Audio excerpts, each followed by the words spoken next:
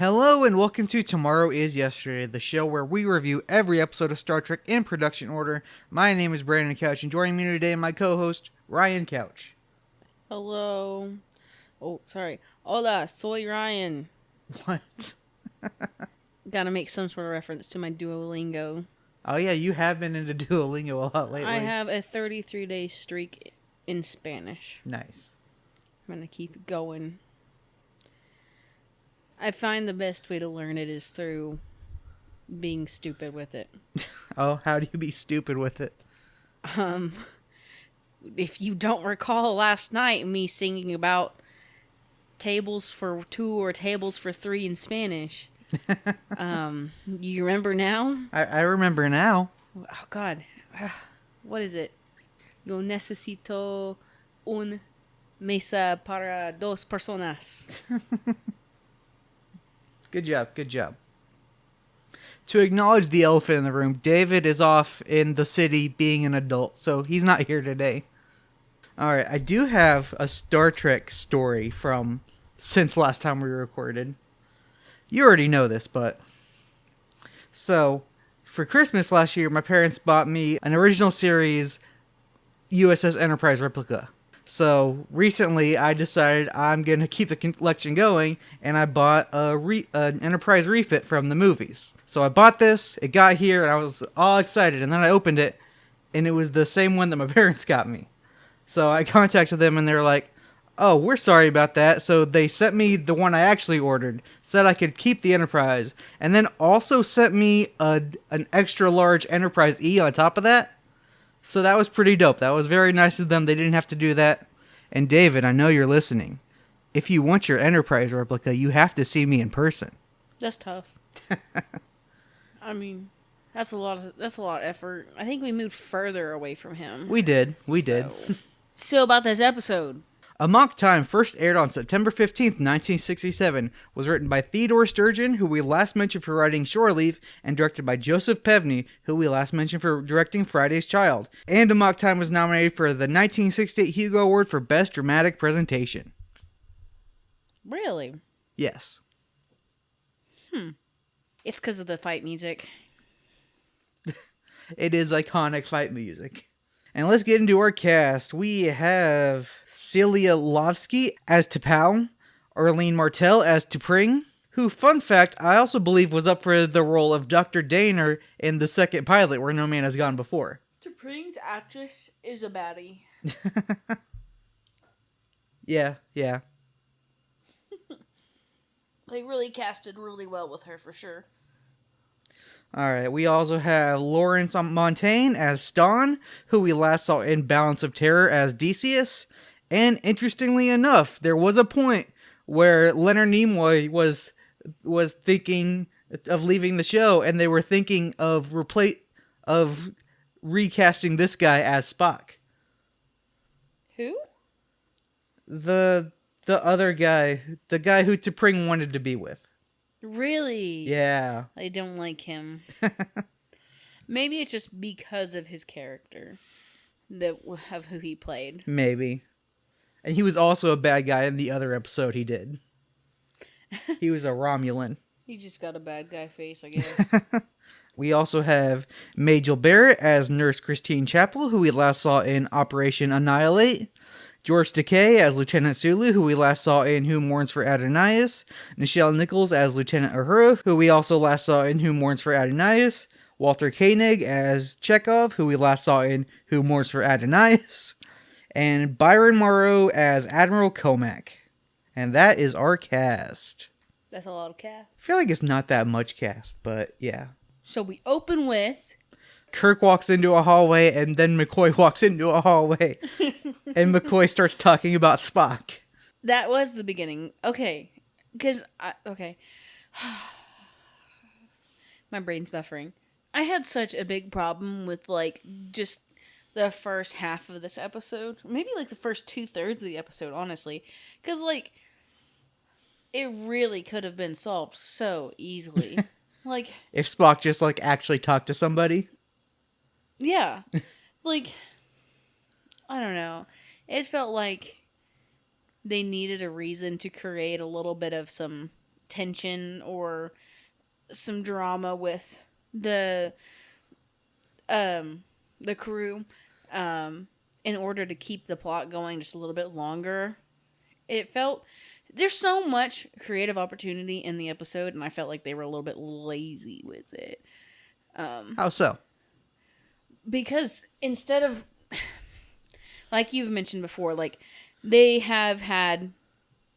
should have already known about Vulcan Ponfar stuff, right? Yes. Like, I don't know as much as you do. But for some reason, they definitely should have already had access to this information. And especially with Bones being a doctor, I feel like they should have been a little bit more better educated, especially having a Vulcan on their ship.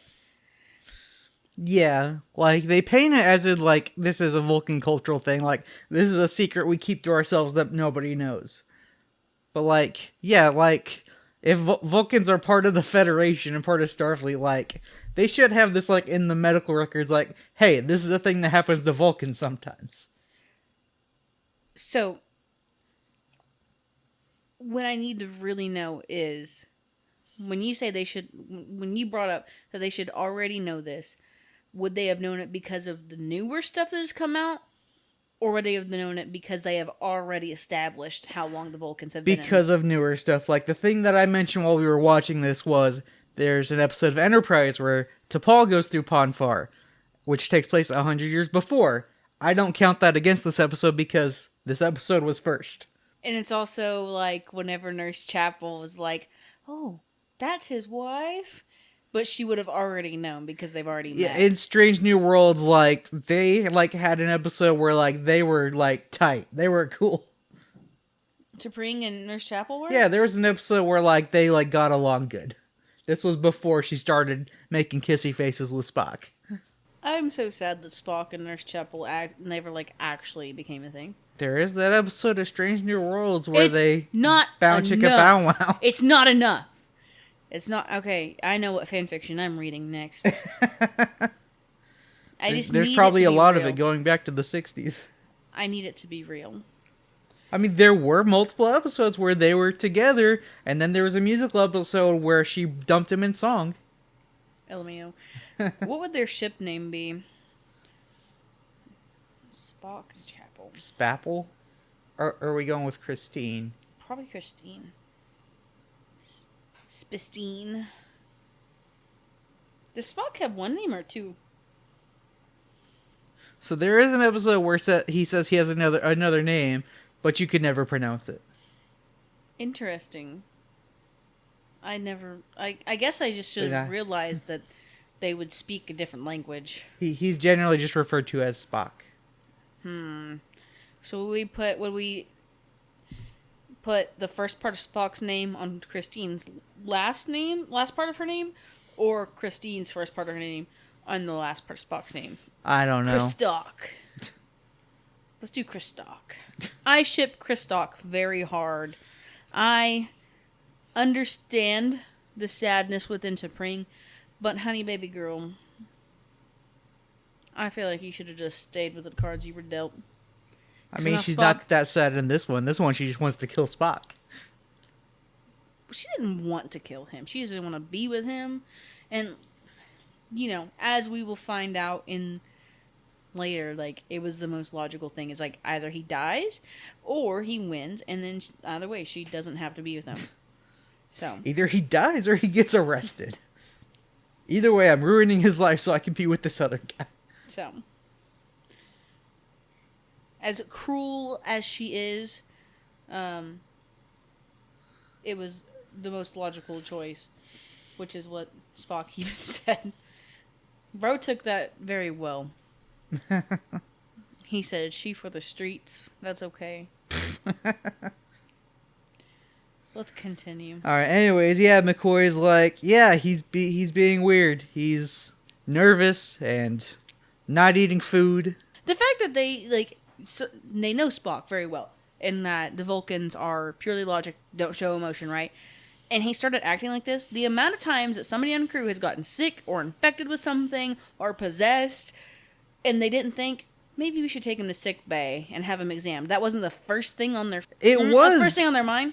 It was, but McCoy says that Spock said, let's see if I can find the quote. Jim, when I suggested to Spock that it was time for his routine checkup, your logical, unemotional first officer turned to me and said, "You will cease to pry into my personal matters, Doctor, or I shall certainly break your neck." I missed So yes, that part. was the first thing they said. I missed and that Spock part. threatened violence. The 2 or 3 times that I've watched this episode, I only ever caught that part for some reason. I don't know. Then turns out they're like a few feet from Spock's quarters because Chapel goes in. She made him some Vulcan soup, and then a minute later, Chapel runs out screaming, and Spock throws the soup against the wall in the hallway. It's purple, apparently. It's Bro's a purple going through soup. for real puberty. And yeah, then he's saying something about He said something about, like, if I wanted your help, I'd ask for your help or something. yes, and something about like her making food for a man that's not hers. Oh. Damn. Bro's loyal. But yeah, that happens, and then he asked Kirk for shore leave on Vulcan. Ballsy, for real, though, because he literally just threw food at Nurse Chapel and then turned to Kirk and was like, can I take a vacation? I need vacation time. Yes or no? Don't ask me questions. All right. Let's see. Then Kirk and Spock go into Spock's quarters to continue the conversation. That's when he makes that comment about Chapel serving a man who's not hers.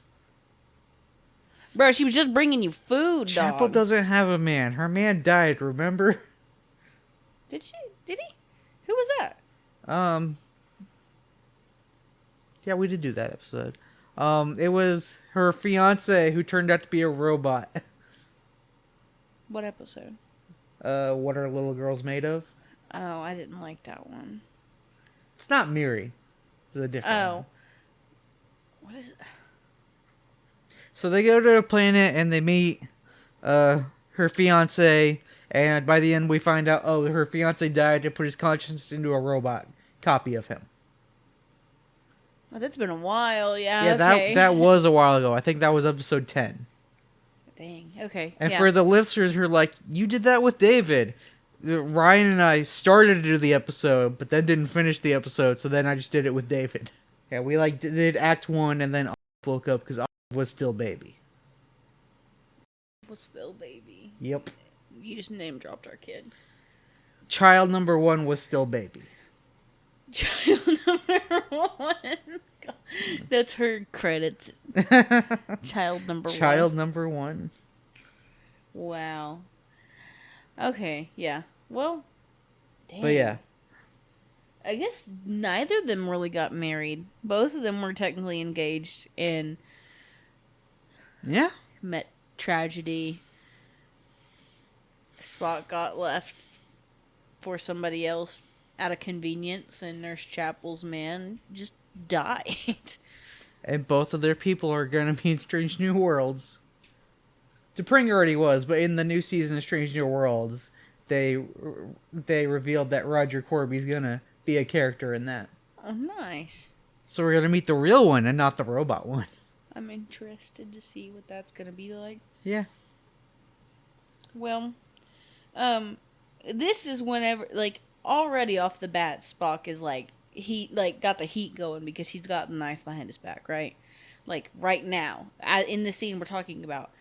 Yeah. Kirk and Spock are talking, and Spock's just like, I need leave. I need to go to Vulcan. I think I actually pointed that out to you. I think I said, he's going to stab him, wasn't he? And you were like, oh, no, I don't think so. And I was like, he's got a knife behind his back. And we had to rewind it to go look at it. I think that was the first time we watched The it, like first a time, month yeah. ago. Time 1 out of 3. Oh, we only watched it twice. No, I think there was a third time. No, I think there was a second time before last night. That, like, I watched it passively. I think you were watching it again or something. Okay. I could be wrong. I don't know. Okay, yeah, but Kirk's like, oh, well, this other planet has good shore leave stuff, and Spock's like, no, I need to go to Vulcan. I have time I should have time left up. I've never taken a vacation. Just because you have vacation hours doesn't mean that you get to pick where you vacation, Mr. Spock. Man, all logic really does go out the entire window whenever you're on Ponfar, because the amount of dumb choices that were made when all he had to say was, I'm going through something that my species goes through. Didn't know if I'd go through it because I'm a hybrid, bro, where I have to go back. And he explained it really, really well when he did the salmon analogy. But no. He had to be like, I'm going through something, okay? It's a cultural thing. They keep it a secret. My God. But yeah, Kirk basically ends the scene and was like, okay, I'll alter course to Vulcan, and he leaves, and that's when we see the knife behind his back. Isn't there always a problem for some reason? People have issues with Spock being in Starfleet. The Vulcans have an issue with it or something. I don't know about that. How many Vulcans have sometimes. been in Starfleet? At this point. No idea. I mean, you mean just in the wider canon, or just in this show? From the time Starfleet began to this point in time. Okay, so in wider canon, I don't know, no way of telling. Vulcans and humans were founding members of the Federation, so probably plenty. Oh. I mean, T'Pol was in Starfleet. She was the first. Is that the one that we see in this episode? That's who that No, is? she's from the one from Enterprise. You said T'Pol? T'Pol. The Vulcan in this episode is T'Pau. Oh, okay. Fun fact, when they were originally writing Enterprise, that character was supposed to be T'Pau. But then they couldn't for some reason. The character that's on the planet that is foreseeing the Kali Ma. Yes. Did I say it right? Yes. Or is it Kali Wait, no. It's Kali Fi. Kali Ma is from Indiana Jones. Hey, whatever. Is that the heart rip out thing that we were talking about the other day? Yeah. That's so funny. Literally talked about that last night. Sorry for getting that wrong. I would really appreciate it if you would edit that part out for me. But anyways, so T'Pau was supposed to be T'Pol during the Khalifi in this episode. No. When they were writing Enterprise, they were gonna make T'Pol's character T'Pau. They were gonna make T'Pau a Vulcan character on the Enterprise in that show. But then they couldn't. Oh, okay. So T'Pau would have been on the Enterprise. Probably because they would have had to pay royalties to the writers of the original series, and they don't like spending money like that. Makes sense. But then the character T'Pau did appear in 2 or 3 episodes of Enterprise. Really? Yes. Okay. She's much younger and much... See, in this, she feels very much she's the Vulcan establishment. In that show, she's much more younger and more rebellious against the Vulcan government. Interesting. Yes. Okay. Which season is Enterprise? Oh, Enterprise is going to be a long ways down the road. Right now we're still in the 60s. That's going to be the 2000s. Dang. Okay. That's a while. Yeah. Well, we better keep going because we're on time. Oh, yeah. Babysitters and all that. All right. Parents. Yes, parents who are babysitting. Grandparents. Captain's log, stardate 3372.7. On course, on schedule, bound for Altair 6 via Vulcan. First Officer Spock seems to be under stress. He has requested and been granted shore leave.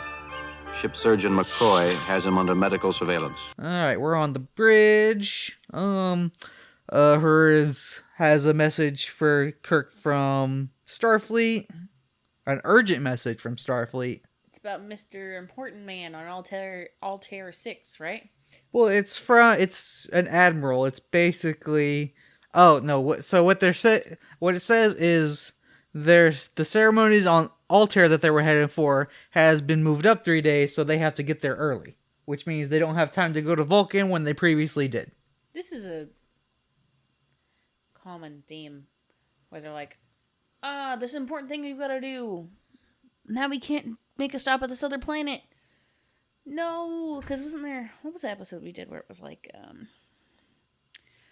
the, like, important lady, the ambassador lady or something, where she was, like, helping people during, like, a plague or something? She was like, I've got to get there now. Oh, okay. I know what you're talking about. Metamorphosis. It wasn't a play. That was like there was these. She was negotiating the end of a war and had to get there to do that. Yeah. But yeah, Metamorphosis. There was another plague episode where a guy was like, "We gotta get this medicine to save these people in the plague." That was the Galileo 7. And Kirk's like, "No, we gotta save Spock." Kirk was wrong in that case, though. You see, they're always like, we've got to get here. You guys can't go do this, but we got to make a stop at this other planet. And it's like, how are we going to do both things? Have no fear. Star Trek logic is here, because like it just all works out somehow in the end. If I was a captain of a ship in Starfleet, I would just be like, oh man, we gotta do some wild, crazy thing, but we've also gotta make it to this destination in time. Whatever. It'll happen. We'll make it. And even if we don't make it in time, it's probably for a good reason, and we're gonna be okay. No repercussions from Starfleet. It'll be fine. Yeah. Alright, so yeah, then Chekov's like, okay, with that, we won't have time to stop at Vulcan. And Kirk's just like, well, sorry, Spock. I would be so frustrated if I was Chekov and Sulu in this episode. Dude, Chekov and Sulu's bits were great. I love their little comedy bits of like... So we're switching again? Sometimes less is more, and I think they had the right amount. Yeah. Just a little 5 seconds of them being like, bro, what the heck? Like, that was good. That was nice comedic relief. Or like when they're preemptively like, you better chart a course for Vulcan just in case. Mm-hmm. So yeah, they were going to Altair 6, then they were going to Vulcan, now they're going to Altair 6. And then back to Vulcan, and then back to Altair 6, and then back to Vulcan, right? I think we do... We do a few more rounds. I'll try to keep track of it as we're going through. Alright, we're in Kirk's quarters. You're in Kirk's quarters. Your mom's in Kirk's quarters. No! Sorry. Kirk wakes up and realizes, and he calls Chekov, and he's like, hey, so if we go to maximum warp, can we make it to Vulcan and drop off Spock and make it back to Altair 6? And Chekov's like, we're already going to Vulcan.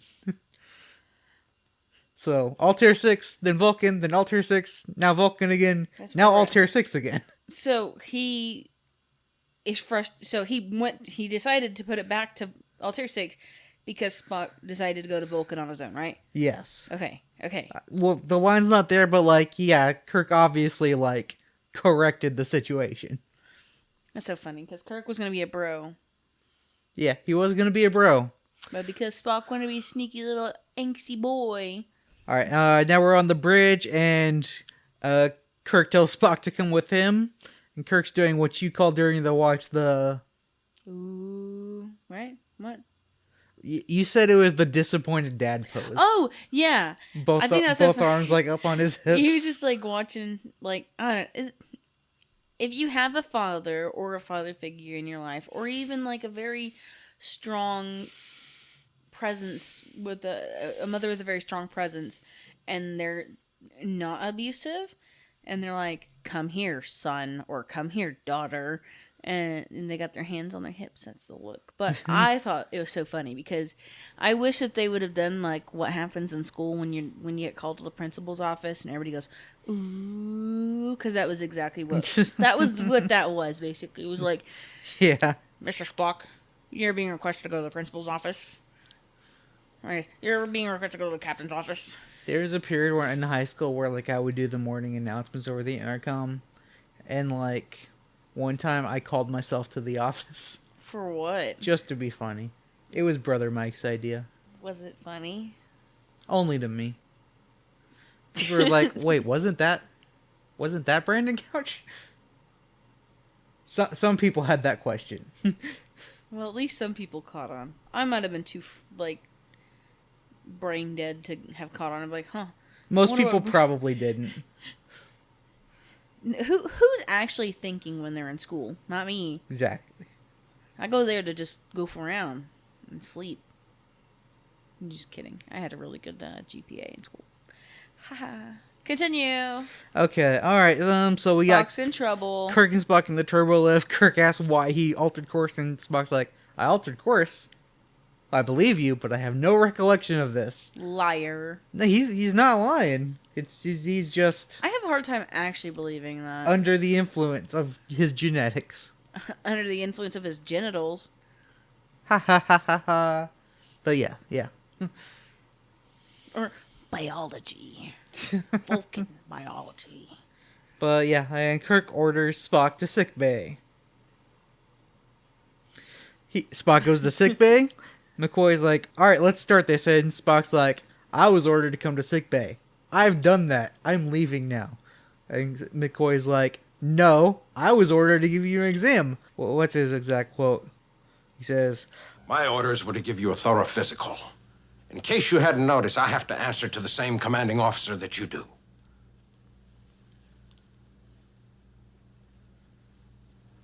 Come on, Spock. Yield to the logic of the situation. Spock's like, "Okay." He lays down and like they close up on his hand. His hand's like shaking. It's not shaking. He's doing a nervous tap. He is doing a nervous tap. Not that that's like really an important distinction to make, but shaking would make it sound like he's like scared. I think he's just frustrated and like anxious.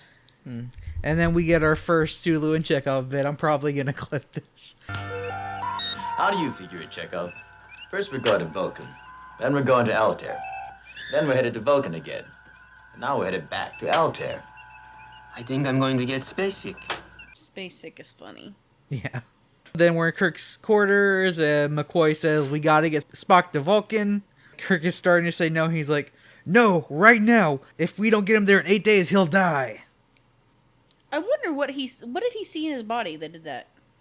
Like, did he tell us? Yeah, he says, There's a growing imbalance of body functions. As if in our bodies, huge amounts of adrenaline were constantly being pumped into our bloodstreams. Yeah. So it's just blue balls, but on a lethal level. yes, it's lethal blue balls. There's another t-shirt idea. Lethal blue balls. I'd wear a t-shirt that said Lethal Blue Balls. That's my new band name. Lethal Blue Balls. Do we? No, we can't put a picture of Spock on it, can we? No. We can take a very simple picture of a scrote and put Vulcan ears on it. No. Lethal Blue Balls. Would it be green balls? It would be green balls. He's got green balls. Anyways, that better be in your like cat where it's like, this week we talk about Vulcan sex, green balls, something like that. I don't know about that, Simply say green balls. but I will put it on the list of t-shirt ideas I still haven't made yet. Lethal green balls. Lethal. I know. I still think lethal blue balls is better. Yeah, 'Cause not no many one's people- gonna know what green balls are.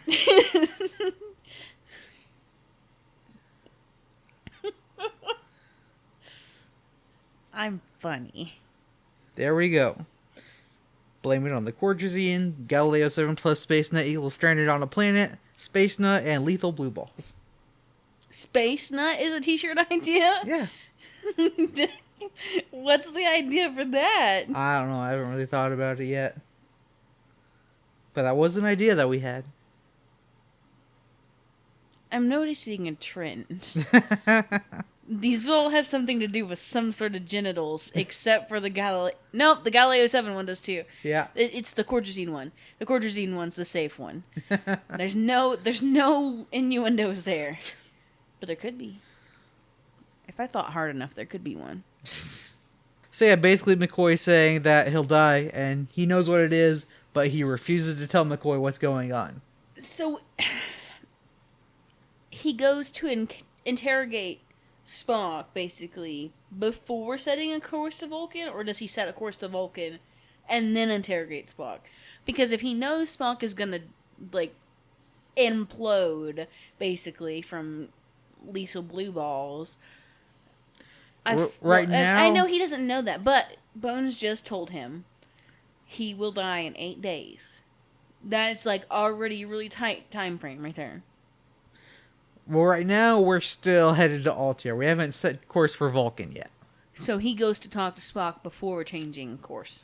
Now we're gonna go talk to Spock. Now we're in Spock's quarters. He's looking at a picture of T'Pring as a kid, which I think is kind of weird. I mean, I guess technically they were together at that point. I mean, it was arranged, so I know. Arranged marriages are whack. yeah. I got a lot of hot takes on stuff like that. All right, so Kirk comes in. Basically, McCoy says you're gonna die. Is there something on your planet that can help you? This is where Kirk says that Spock's been called the best officer in the fleet, and he doesn't want to lose that officer. And this is when Spock's like, "It's something Outworlders aren't allowed to know. No Vulcan can tell you. Only Vulcans understand." I feel like that's so stupid. No, I mean maybe the feeling, sure, but understanding the concept, no. Well, no, he's not saying the concept. He's just saying like this is something deeply personal to Vulcans that we don't tell outsiders. I know, but it feels like he was like, "Well, help me understand, Spock." Basically, right? Does he say that? Is that what he said? He says, "No, I don't understand. Consider that, or explain. Consider that an order." Did he say explain? He says, "Explain. Consider that an order." Oh, well, the fact that he says is something an Outworlder couldn't understand is so funny because, like, well, don't we come to a conclusion where we understand what?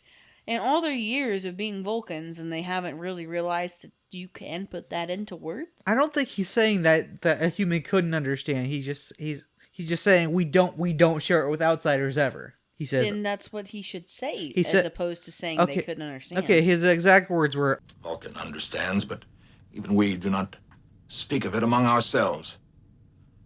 It is a deeply personal thing. Saying you don't understand or you couldn't understand, and saying we cannot talk about it, we cannot tell you, you cannot know, are two completely different things. okay, he didn't say that Kirk couldn't understand.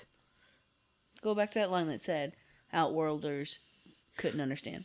It is a thing no Outworlder may know except those very few who have been involved. A Vulcan understands, but even we do not speak of it among ourselves. It is a deeply personal thing. Can you see that, Captain, and understand? Huh. What? Except for those very few who have been involved.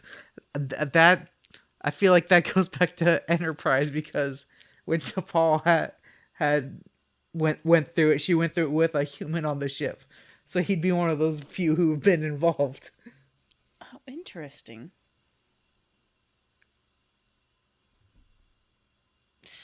Well, okay. Maybe they all agreed to keep it a secret from the Starfleet computers.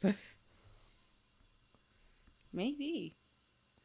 I don't know, I'd have to go rewatch those Well, episodes. because even so, like, Kirk kept it a secret as well. Yeah.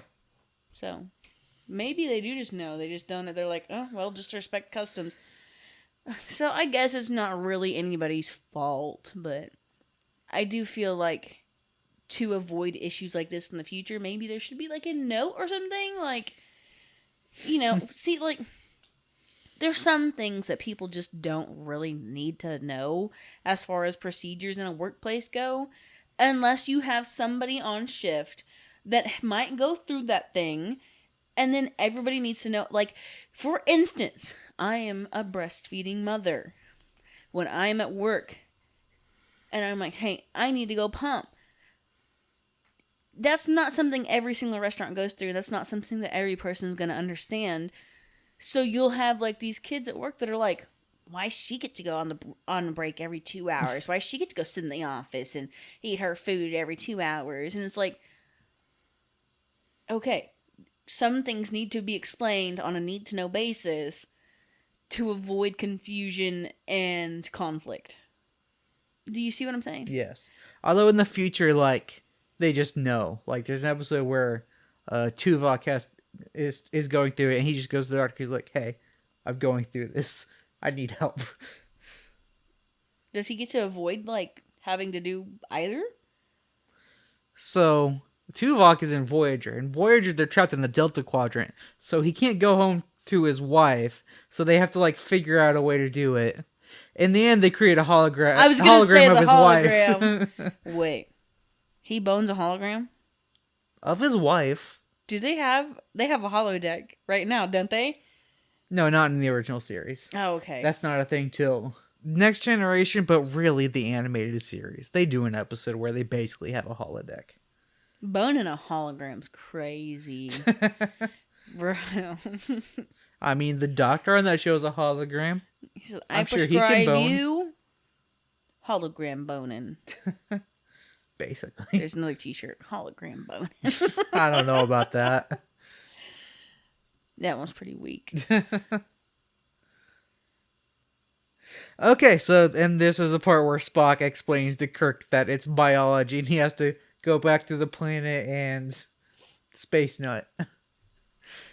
What? No, it's not Space Nut. I mean, first of all, nobody gets no Space Nut in this episode. Big sad. Maybe he goes back and pays Chapel a visit. I could write a fanfic about this episode. I'm sure there is.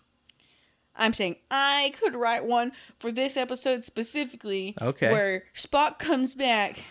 Hey, y'all listening to this. If you want me to start writing some hot, steamy Star Trek fanfic, just let Brandon know in his comments or whatever, and I will get on it. I'm so good at writing smut. You guys have no idea. I have so much untapped potential in this weak brain of mine.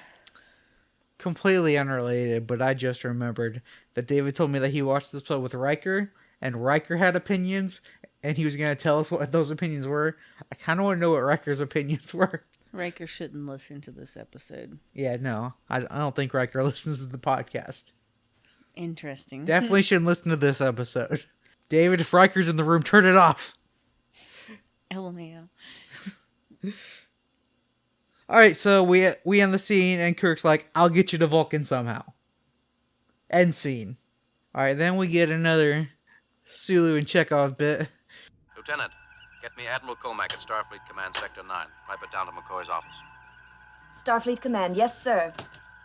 Mr. Sulu, you don't think... Maybe you ought to plot a course back for Vulcan, just in case. Wait, what? Are they not going to Vulcan right now? No, they're still getting to Altair. Kirk's gonna talk to the Admiral about it.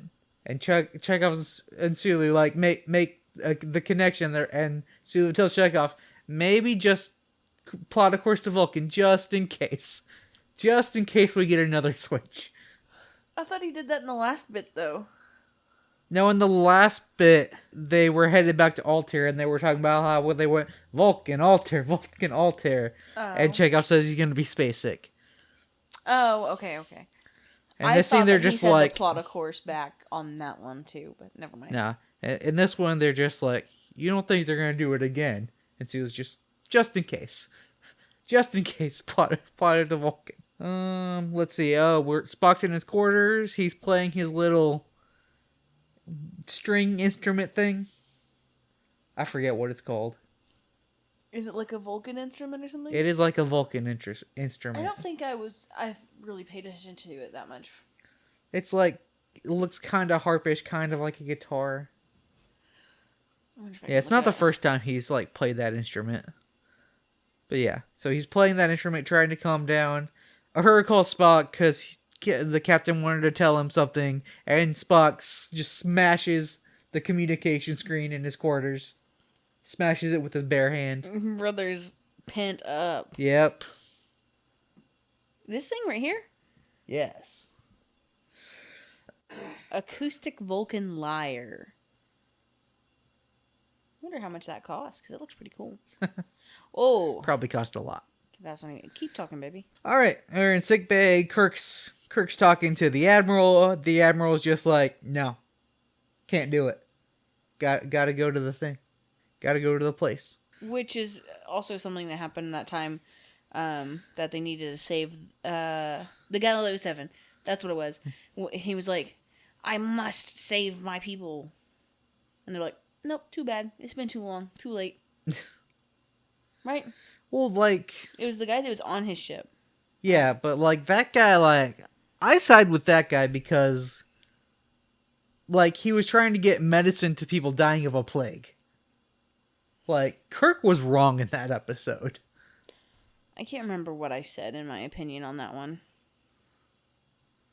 But I agree with you. Like, standing right here, yeah. I forgot how they even ended up on that planet. Because they went and investigated. Oh, yeah, because he was like, a good captain never misses an opportunity to investigate, right? Or something like that. It was along the lines of Something like that. And then he's like, oops. Well. And the commissioner was like, "This is dumb. We should get to the place and save the people." And he's like, I have a responsibility to scientific investigations. Really, I think Kirk just doesn't like people to tell him what to do with his ship, so he just did the other thing. Probably. Alright, so they hang up with the Admiral, and Kirk's just like, I'm gonna do it anyways. So yeah, Kirk calls Chekov to plot a course for Vulcan, and Chekov's like, already plotted it. On our way. I mean, we knew that was gonna happen anyways. Yeah. And Kirk just has like an acknowledging look that like, yeah, I can't blame him. With the back and forth that's been going on. Honestly, I'd be a little bit proud, to be honest. Kirk might have been a little proud in his look. I'm like, hey, good foresight, guys. Alright, let's see. Back in Spock's quarters. Chapel's in there just kind of creeping on him. He's like asleep, and she's just kind of creeping on him. Really? She's about to like touch him to wake him up, and then she's like, nah, it starts to leave. And then like Spock gets up and he's like, oh, yeah, okay, I remember. Yeah. and then Spock like talks about his dream. He says, I had a most startling dream. You were trying to tell me something, but I couldn't hear you. The forbidden love. Yeah. And then Chapel tells them they're on their way to Vulcan. What's really funny is there's actually nothing keeping them from being a thing. Except themselves. Mainly Spock. Mainly Spock. He's like, I'm too logical for you. And I can't touch you. You're dating the showrunner. Really? Okay, the creator of the show, not the showrunner, but still. But the amount of times he's like hinted at the romance for Chapel and Spock. Why would he write that if he doesn't want them to bone? Well, one, it's not like he writes every episode. Oh. Two, because like that's really the entire character. The character exists for two reasons. One, so that the girl who the show creator is with can be on the show. Two, so that Spock can turn her down. Tragic. She stay in the friend zone forever. With Spock, at least. Yeah. Who does she end up getting with? Nobody? Who? Chapel. Nobody. Nobody? Yeah. So many missed opportunities. Alright, so we're in the turbo lift. I think it's Kirk, Spock, and McCoy. Spock says, Doctor, obviously you figured out my problem. Good job. I compliment your insight, is what he says. Wait, what? He says, it is obvious that you have surmised my problem, Doctor. My compliments on your insight. Because he did the exam and told Kirk, like, hey, he's gonna die if he doesn't bust? I guess so.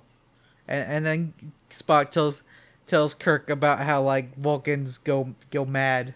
Is this whenever he... No, never mind. He already said the salmon analogy. Which I think is really a good analogy for that.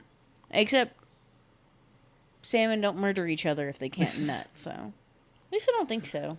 This is also when Spock asked Kirk and McCoy to go down to the planet with him. Oh, yeah, okay, so they're in the lift right now. Yeah, they're in the turbo lift. Alright. They get out of the turbo lift, walk onto the bridge. They've made contact with Vulcan. Now, how did T'Pring know that he was going through this? Because she's also going through it. Is she? Yes. I thought it, like, they didn't go through it at the same time. They do go through it at the same time. To whoever they were arranged with? Yes. Spock does have a line about that. But he wasn't sure he would even go through it at all. Eh. Okay. I'm getting some questions answered. Okay, so on the bridge, they make contact with Vulcan. They bring up T'Pring on the view screen. They say a couple things to each other. Uhura asks who she is, which if you watch Strange New Worlds, you should know who he is. But that's a Strange New Worlds critique. They couldn't predict in the future what would happen. They couldn't, and you're right about that. But they could have written it better like now. Like I always say, that's not a knock on this episode. That's a knock on Strange New Worlds. It's just something you gotta ignore. Yeah. I might start a new segment like things that Strange New Worlds got wrong. But I'd name it something. Well, technically, Strange New different. Worlds wouldn't have gotten it wrong.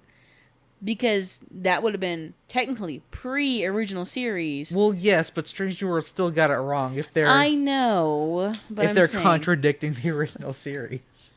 We could just say like some weird wibbly wobbly timey wimey stuff happened. They actually have said that. Like, for example, so in the original series, Khan and the Eugenics Wars was in the 90s.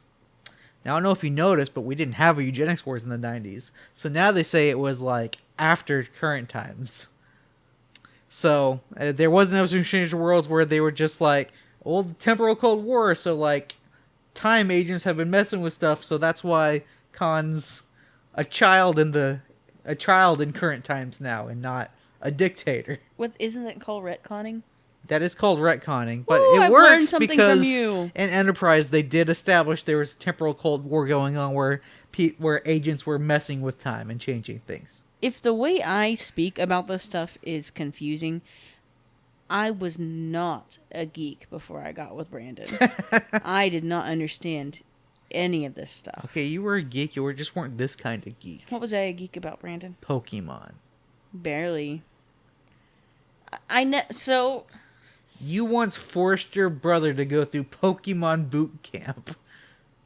When I was a child, I was really into it. But once they started getting into, remaking the games, I really didn't. I only played the games. I didn't watch the show. I didn't play the card game. Okay. None of that. I just played the video games. But I didn't play it on... I didn't do, the mystery dungeons. I did main games, and main games only. I did red, blue, green, or whatever. And I did Fire Red, Leaf Green, Ruby Sapphire, Gold and Silver, Heart Gold, Soul Silver, Black and White 2, X and Y. And then I think after that is when they started getting a little bit screwy, and that's when I fell off. I did play one mystery dungeon. But... yeah, Pokemon has gone too far now. I've also played Pokemon Go. But they've gone too far. Can't get past all these darn new Pokemon, and then now there's a new type, the fairy type, and which was introduced in, I think, X and Y. Sorry, I'm talking too much about it. You're fine. So the three of them beam down to Vulcan. No way. And I did not expect Vulcan to look like that. I don't know why. But it looked crusty. Volcano. Oh my god, shut up. No way. Actually, it took me a long time to realize that. Well, whoever did that and made that connection doesn't know how to spell volcano. It's not volcano. If they wanted me to make that connection, they should have spelled it right. I'm mad now. Okay. Alright, so to feed out the planet, they talk about that they're gonna do the Kunat Khalifi. So Kirk and McCoy talk Aren't about we it for very a while. lucky it's not the Kalima, like I said earlier. Kalima! That would make this a lot more uncomfortable. It's already about to get really uncomfortable. Okay, yeah, but they talk about it, then Spock bangs a gong, and... He bangs a what? A gong. I know, but I think it was funny the way he said it. Sorry, I am 13 mentally. Okay, so then all the people come, and Kirk's like, "That's T'Pau, I know who that is." Apparently she's the only person who ever turned down a seat on the Federation Council. Oh. So yeah, she's like a historic figure that even Kirk knows who she is. I wish I knew more Star Trek lore. Sorry. It's okay. I have nothing to add. Let's go. We love boss girls. Girl All right. boss, girl boss. All right, and then Kirk's like, "Wait, you're getting married? I thought she was your wife." And Spock's like, "It's arranged. Not really." Sorry, our parents decided who we would bang for the rest of our lives when we were children. Yeah. He says it's more than a marriage, but less. No, he says it's less than a marriage, but more than a betrothal. Jinx. Except we said betrothal differently. You said betrothal. No, I said betrothal. Really? Because that's how you say it. Betrothal, betrothal. Oh. Betrothal. Drawer. Shut up. We can go to That's that an inside joke. No, you can't know what it is. If I even said it, you just edit it out. Guys, find me on Facebook and I'll tell you the story about drawer. Stop it. All right. Okay, yeah, this is the part where Spock says that when they were arranged, like their minds were like bound together so they'd both be drawn there for the Cali fee. Oh, okay, that makes sense. Was it a mind meld? Yeah, probably. What does a mind meld do exactly? Because I'm whatever so the writers want it to. Okay, that makes sense, I guess. So it can make you guys go through puberty at the same time. It can help you understand each other's feelings. It can help you see if the other person's lying.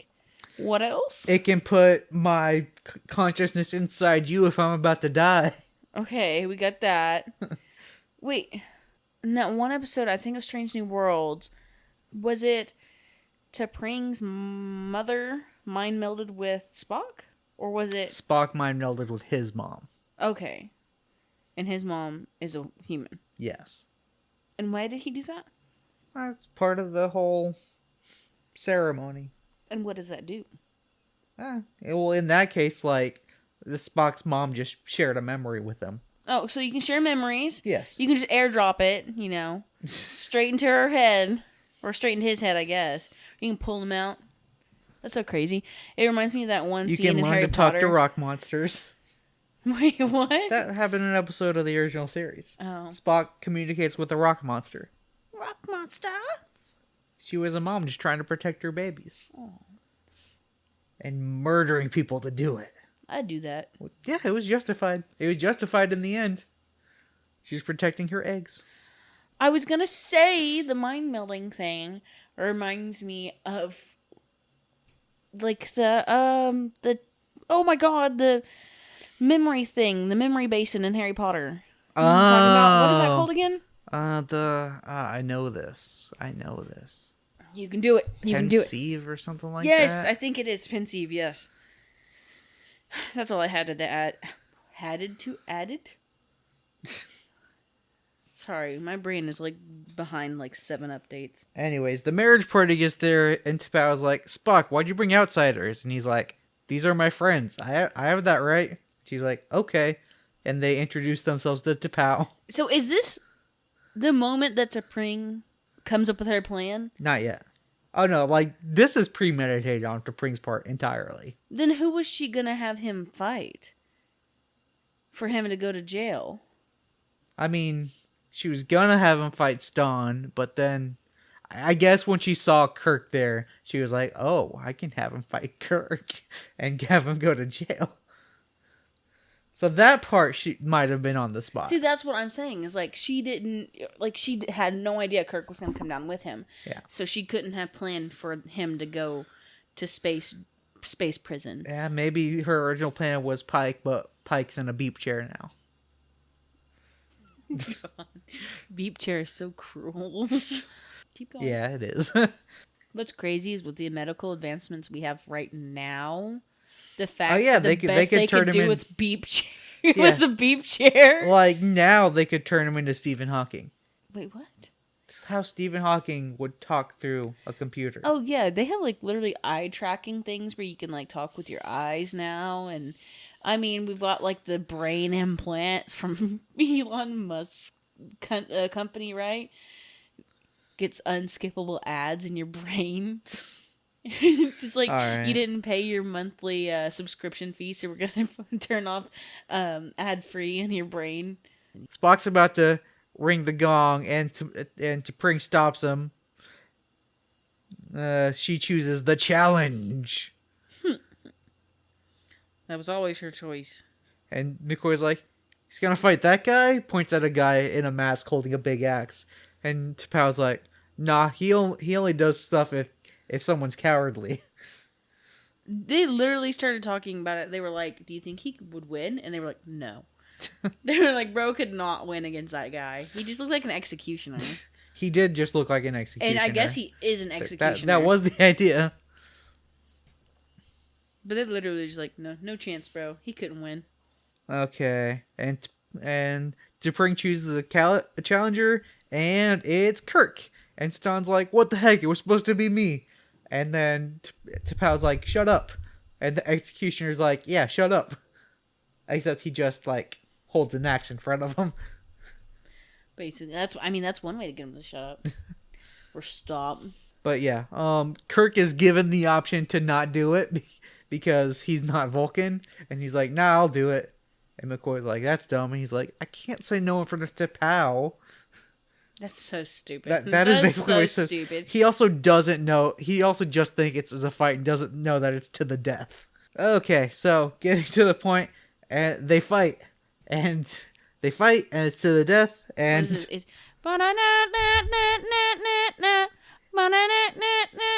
and we get the first appearance of that iconic Star Trek music. dude, it's so good. It's Yeah, banging. I love is. it. It is. I like when I heard that, I was like, dude, I've heard this somewhere before, and I could not believe that was the first time I mean, that yeah, had appeared. it's parodied a lot. So Really? yeah, you've probably heard it before. I love it.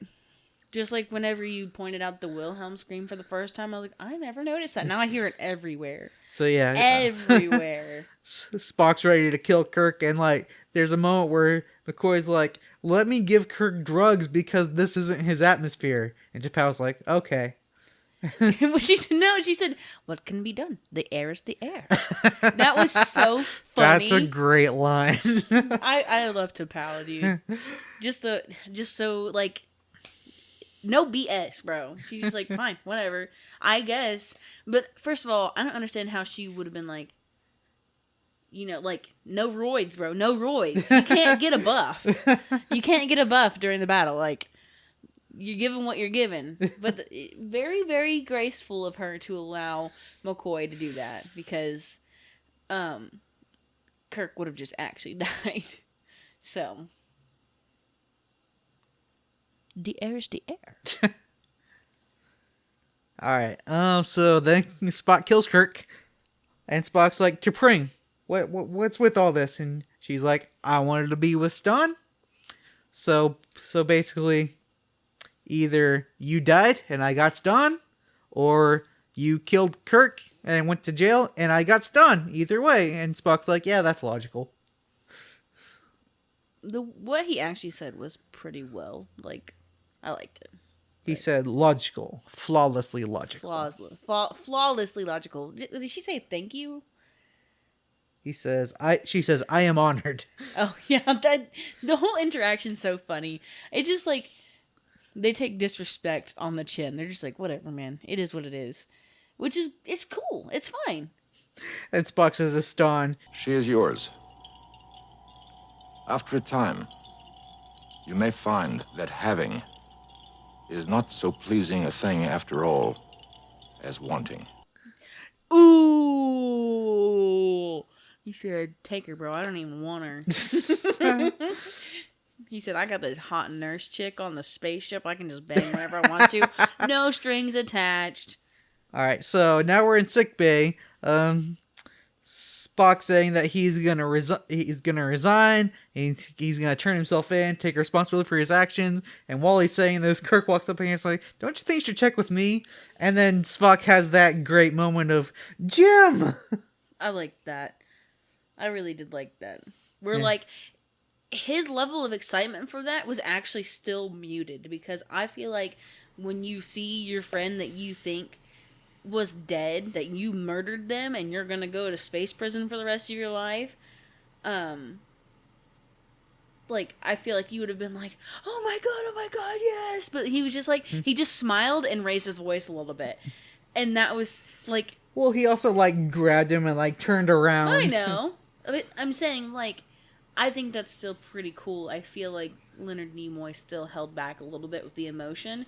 Because well, yeah, like, he's a Vulcan. He realized what he's doing. He's like, oh no. Yeah, I know. He recovered it, and he was like, oh, well, how did this happen? But, like, what I'm saying is, somebody who's not a Vulcan probably would have had an even bigger reaction than the lapse of, no logic that he just had there. Yeah. I hope somebody understands what I'm trying to say. I understand what you're saying. Do you understand what I'm trying to say? I do understand what you're saying. Okay. Because sometimes I just don't talk very well. All right, and then Uhura gets a message from the Admiral saying that leave the Vulcan is T'Pau's request that Spock come to Vulcan is okay. Starfleet approves it. Kirk's like, a little late, but okay. Rather ask for forgiveness than permission, right? Yeah, T'Pau covered for him. That works. They can't say no to T'Pau. Powerful woman. All right, and I want to be like T'Pau. There's just one thing, Mr. Spock. You can't tell me that when you first saw Jim alive that you weren't on the verge of giving us an emotional scene that would have brought the house down. Merely my quite logical relief that Starfleet had not lost the highly proficient captain. Yes, Mr. Spock, I understand. Thank you, Captain. Of course, Mr. Spock. Your reaction was quite logical. Thank you, Doctor. In a pig's eye. Come on, Spock. Let's go mind the store.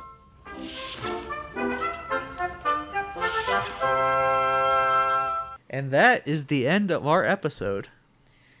So, they say they go through Ponfar every 11 years? 7. 7. Oh, wow. Does it mean he's going to go through it again, or do they have to be mind melded to somebody? Yeah, he's probably just going to go through it again. And if you don't have somebody?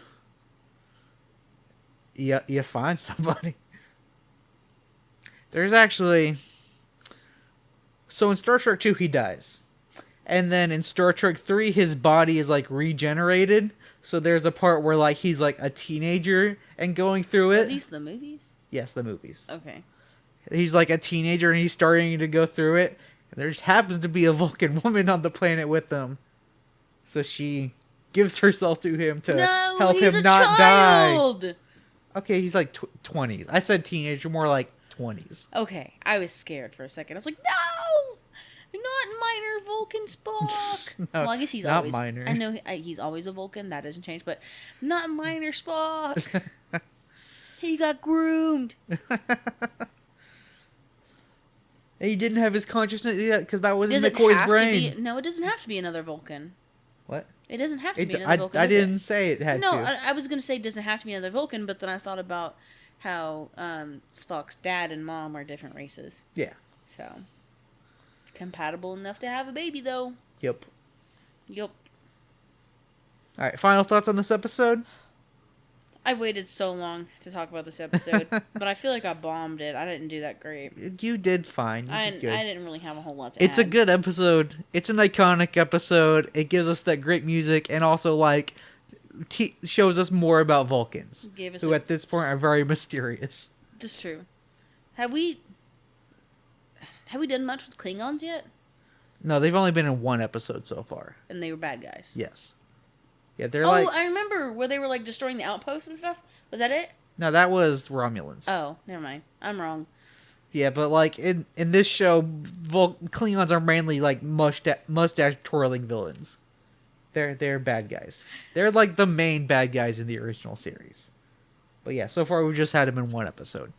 Well, I think Vulcans are cool. Don't like their planet, though. A lot of red. Too much red. Feels hot. Which, I mean, it is, so. Volcano. So, did they already have the name Vulcan from themselves, or did humans give them that name, or what? They already had the name. Okay. They gave themselves that name. Then what's the connection? Like, so in actual Star Trek, in their world, the Vulcan and volcano connection is not a thing. No. Okay. That's me, a But- person in the real world saying, Vulcan, volcano, the planet's hot. But do the writers intend that? Obviously. Are you sure? Like, is that ever written anywhere? Probably. Oh my god. I need solid answers now. I don't have them. Originally Spock was supposed to be from Mars. Then he'd just be a Martian. Yep. But we know for a fact there's no life on Mars, so. No, we don't. There used to be, is what we're looking at, that there's signs that there used to be life. Like, there used to be water on Mars. Yes. But right now, there's none. Possibly microbes. Which would still be life. Do you think they're highly intelligent microbes? No. They got, like, little tiny ancient civilizations on there? That'd be so cool. That would be cool. Alright, join us next week for the Doomsday Machine. You can find me on Instagram at Couch Talks Movies. You can't find Ryan anywhere. Don't Find me try. on Duolingo. Start a streak with me. Is that a thing? Yeah, you can add me. Hold on, wait. Give me just a second. I don't know how to add people. Hold on. I have 222 gems. That's an angel number. How do I see my thing? Hold on. Yeah, add me on Duolingo as Furniture Spouse. I think that's what you would need to do. Yeah, Furniture Spouse. I'm learning Spanish and Klingon. So, start a streak with me, guys. You can find the show on Instagram and Facebook at Tomorrow Trek Pod and at patreon.com/tomorrowisyesterday, where you can get access to our entire back catalog of content, including Mic Checks, our show before the show where we talk about TV, movies, video games, life, and really just whatever we feel like talking about. And we can bring that show back if you head over there and subscribe. And don't forget to check out our stuff on the Couch Podcast Network store. Links are in the description. And until next time, live long and... Kalima!